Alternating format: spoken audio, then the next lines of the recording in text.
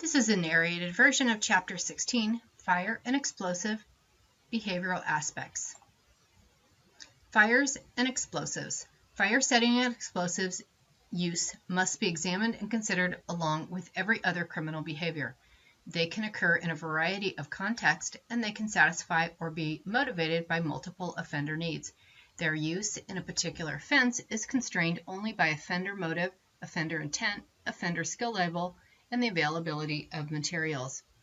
Arson is a penal classification used to refer to a certain constellation of criminal behaviors. The type of behavior generally described by the term arson is the intentional setting of a fire with the additional intent to damage or defraud. Fire setting is a term used to stay away from the penal classifications that imply guilt. Not all motivations for fire setting are criminal. Fire and explosives use as force. Fire and explosives are meant to kill, injure, obliterate, and obscure intended targets. They also leave behind visible recognition patterns that can be interpreted by the nature and extent of the resulting damage. Fire and explosives can be weapons that are used for the same motives as other types of force, from defensive to lethal.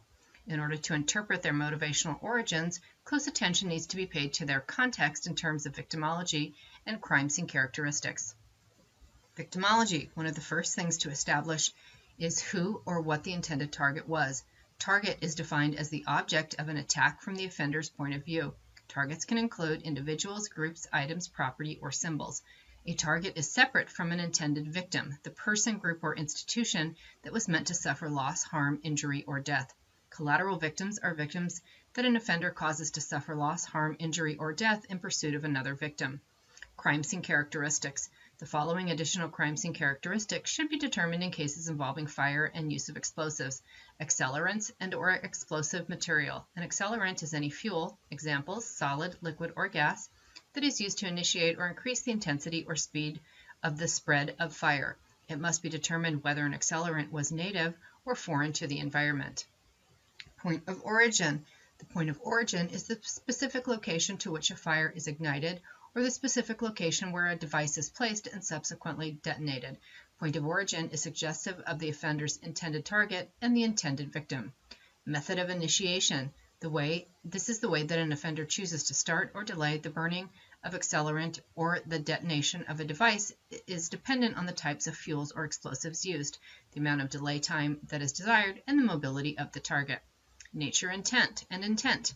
Offender behavior may be used to infer intent. When considering the nature of intent of any fire or explosive used by an offender, it is helpful to determine intentional versus actual damage. Offender skill. Manufacturer, point of origin, method of initiation, and nature of the fire or explosion should all be taken into account when assessing the offender's skill level. Motivation. The behavioral motivation typology can be used to classify the behaviors associated with specific instances of fire setting and explosive use.